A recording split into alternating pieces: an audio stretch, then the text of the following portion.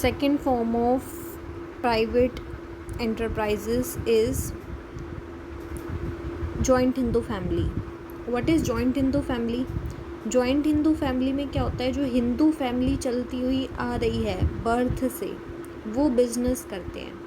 इनकी कुछ कंडीशंस होती हैं, जैसे कि मिनिमम टू मेल मेंबर्स होने चाहिए, सम एंसेस्ट्रल यानी पूर्वजों की संपत्ति होनी चाहिए. The business carried out by the members of Hindu undivided family. This act is governed by the Hindu succession act. ये हिंदू सक्सेशन एक्ट के अंडर आता है. 2 कंडीशंस हैं यहाँ पे. जब भी आप ये 2 कंडीशंस अगर फुलफिल होती हैं तो आप Hindu joint family business start कर सकते हैं. This business is controlled by the head of the family who is the eldest member and is called कर्ता. कह रही ये बिजनेस जो है वो कंट्रोल किया जाता है कर्ता के द्वारा. कर्ता कौन होता है? Eldest member, male member of eldest male member of the family. Family का सबसे बड़ा मेल मेंबर, वो कंट्रोल करता है बिजनेस को. Members have equal ownership rights over the property of an ancestor and they are known as co partners. बाकी जो members होते हैं, मेंबर्स यानी कि जो भी उनके भाई, मदर इन लॉ जो भी हैं, वो सारे एक ही फैमिली में जो रह रहे हैं, मदर फादर ये सभी, तो उनका अधिकार बराबर होता है. लेकिन यहाँ पे डिफरेंस क्या होता है कि जो एल्डेस्ट मेंबर होता है उसकी लायबिलिटी जो होती है वो अनलिमिटेड होती है. इसका मतलब ये होता है कि बाकी जो मेंबर हैं उनकी लायबिलिटी तो लिमिटेड होती है. यानी कि इन केस ऑफ लॉस की स्थिति में जो बाकी मेंबर्स हैं उनको अपनी पर्सनल प्रॉपर्टी में से पे नहीं करना पड़ता, लेकिन कर्ता को अपनी पर्सनल प्रॉपर्टी में से पे करना पड़ता है. उसकी लायबिलिटी अनलिमिटेड होती है. फीचर्स देखो, फॉर्मेशन कैसा होता है. There should be at least 2 members in the family and ancestral property. पूर्वजों की संपत्ति और 2 मेंबर होने चाहिए. Business does not require any agreement as membership is by birth. इसमें किसी भी तरीके के एग्रीमेंट की, जैसे पार्टनरशिप में एग्रीमेंट करना पड़ता है, 2 लोगों को मिलकर एक रिटर्न जो फॉर्मेट है वो बनाना पड़ता है. नहीं बनाते तो उसमें डिस्प्यूट्स हो जाते हैं, तो रिटर्न बनाना पड़ता है, एग्रीमेंट होता है, एग्री करते हैं किसी काम को करने के लिए.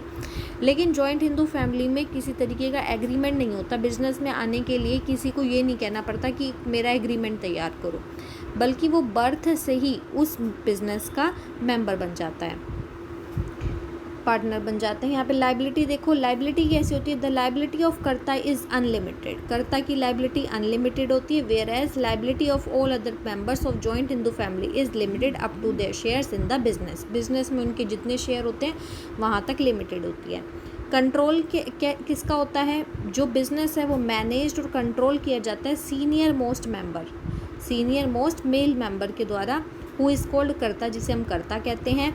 Only the karta has legal rights to enter into contract with outsiders. किसी बाहर के व्यक्ति के साथ अगर कोई बिजनेस करना है तो सिर्फ कर्ता के पास राइट होता है कि वो उसके साथ ऐड हो सकता है. बाकी मेंबर अपनी मर्जी से किसी के साथ बिजनेस नहीं कर सकते. अगर करते भी हैं तो वो फिर लीगल नहीं माना जाता उनके अकॉर्डिंग.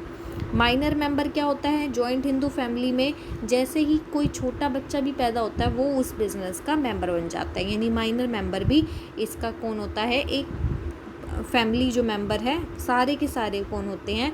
उस बिज़नेस के मेंबर होते हैं. पार्टनरशिप में क्या है? अपने को थर्ड आया हमारा पार्टनरशिप. फर्स्ट था sole proprietor, second is Hindu joint family और थर्ड है हमारा पार्टनरशिप. पार्टनरशिप क्या है? At least there should be 2 person, more than 1 person, या at least there should be 2 person. 2 person कम से कम होने चाहिए, ज़्यादा से ज़्यादा 50 होने चाहिए. तो पार्टनरशिप में क्या होता है कि यहाँ पे पार्टनर्स लोग जो हैं वो मिलते हैं, एक दूसरे से एग्रीमेंट करते हैं किसी बिजनेस को करने के लिए. Partnership is the relation between 2 or more person who have agreed to share the profits of the business carried on by all or any of them acting for all. Partnership एक relation होता है 2 या 2 से ज़्यादा लोगों के बीच में. कम से कम 2 लोग होने चाहिए. 2 लोगों के बीच में रिलेशन होता है या ज़्यादा के बीच में रिलेशन होता है जो कि एग्री करते हैं कि वो प्रॉफिट जो भी बिज़नेस कमाएगा उसको शेयर करेंगे, रिस्क भी शेयर करेंगे, यानी सारी एक्टिविटीज़ भी वो शेयर करके करेंगे. कैरिड ऑन बाय ऑल और any of them acting for all. इसमें क्या होता है कि हो सकता है कि सारे पार्टनर इस बिज़नेस में काम ना करते हो, बल्कि कुछ ने पैसा लगा रखा है, कुछ ने कैपिटल दे रखी है, पर वो काम नहीं करते बिज़नेस में। या हो सकता है जितने भी मेंबर हैं सभी काम करते हैं, या उनके बिहाफ पर एक ही मेंबर काम करता है। तो चाहे कोई एक करे चाहे सभी करें, वो पार्टनरशिप होती है। फीचर्स क्या है इसमें? फॉर्मेशन। इसका फॉर्मेशन यानी बनता कैसे है? ये बनता है इंडियन पार्टनरशिप एक्ट 1932। तो ये जो फॉर्म ऑफ पार्टनरशिप है, फॉर्म ऑफ बिजनेस है पार्टनरशिप, ये गवर्न किया जाता है इंडियन पार्टनरशिप एक्ट 1932। इसको याद रखना, Indian partnership act 1932।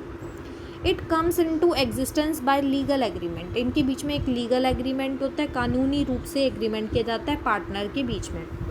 The legal agreement is called partnership deed. इसे हम पार्टनरशिप डीड कहते हैं। पार्टनरशिप डीड क्या होती है? एक रिटन डॉक्यूमेंट होता है, एक लिखित में लिखा गया डॉक्यूमेंट होता है। इसके अंदर सारी डिटेल होती है पार्टनर्स की, बिज़नेस है कहाँ पे, इसका हेड डिपार्टमेंट कहाँ पे है, जो जितने भी पार्टनर्स हैं वो प्रॉफिट कितने रेशो में शेयर करेंगे। तो पार्टनरशिप डीड को हम आगे और डिटेल से पढ़ेंगे, बस अभी इतना समझ लो कि ये एक एग्रीमेंट, एक रिटन डॉक्यूमेंट होता है जिसमें सारे पार्टनर्स के रूल्स रेगुलेशंस वगैरह लिखे होते हैं कि क्या क्या अधिकार है, क्या क्या कर सकता है।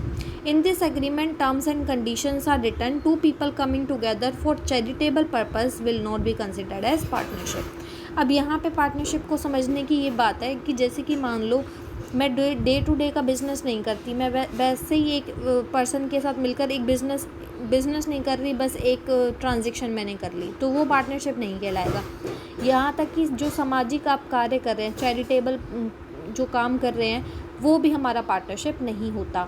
पार्टनरशिप वो होता है जिसमें आपका जो मोटिव होता है वो प्रॉफिट मेकिंग होता है और रेगुलर बेसिस पर होना चाहिए। बिज़नेस तो होता ही यही है कि आप रेगुलर बेसिस पर काम करते हैं। लाइबिलिटी कैसी होती है? The liability of all the members is unlimited liability होती है, यानी कि अगर लॉस होता है तो उन्हें अपने पर्सनल शेयर्स जो हैं, अपनी पर्सनल प्रॉपर्टी भी बेचनी पड़ सकती है।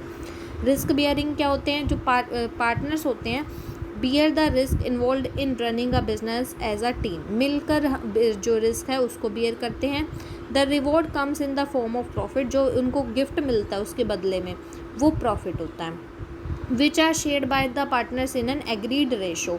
अब रेशो क्या होता है? मतलब क्या, कौन कैसे बांटेगा? मान लो 1 लाख का प्रॉफिट है, 2 पार्टनर है, हो सकता है पार्टनरशिप डीड में लिखा हो कि दोनों जो हैं 2:3 में बांटेंगे, 1:2 में बांटेंगे, या बराबर बांटेंगे। कुछ नहीं लिखा तो बराबर बांटेंगे। तो पार्टनरशिप डीड में लिखा होता है ये रेशो कि वो कैसे बांटेंगे। अगर कुछ भी नहीं लिखा हुआ तो बराबर बांटेंगे, यानी 50,000 एक पार्टनर लेगा, 50,000 दूसरा पार्टनर लेगा।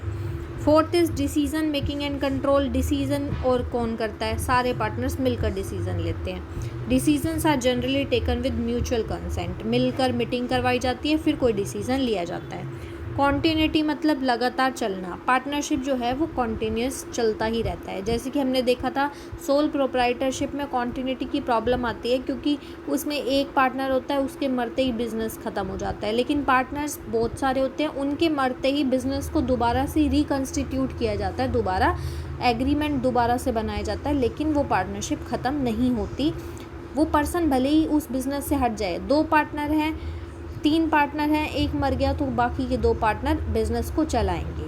ठीक है, उनका रेशो चेंज हो जाएगा, हो सकता है अभी भी वही रहे या चेंज हो जाए, क्योंकि 3 थे पहले, अब 2 हो गए, तो रेशो तो चेंज आएगा ही। तो वहाँ पे पार्टनरशिप चलती ही रहती है, चाहे कोई मरे चाहे कुछ हो। The partnership firm continues till all the partner desire to continue. Partnership चलती रहती है जब तक कि सारे पार्टनर चाहते हैं। Number of partner minimum 2, maximum 50। Mutual agency the act of any partner binds the other partner. Mutual agency मिलकर, म्यूचुअल मतलब होता है मिलकर। तो यहाँ पे अगर किसी पार्टनर ने डिसीज़न लिया तो बाकी सारे पार्टनर उस डिसीज़न को पूरा करने के लिए लग जाते हैं। अगर बिना बताए किया है तो दूसरे पार्टनर केस कर सकते हैं। अगर किसी एक पार्टनर ने अपनी मर्ज़ी से डिसीज़न ले लिया और क्या हुआ कि वो बिज़नेस के ख़िलाफ़ था, तो बाकी पार्टनर्स केस कर सकते हैं, पर उसके लिए पार्टनरशिप डीड होनी चाहिए। तो पार्टनरशिप डीड रिटन डॉक्यूमेंट होता है, चाहे वो आप बनाएं चाहे ना बनाएं, लेकिन डिस्प्यूट्स, लड़ाइयों झगड़ों से बचने के लिए, धोखाधड़ी से बचने के लिए आप पार्टनरशिप डीड बनाते हैं।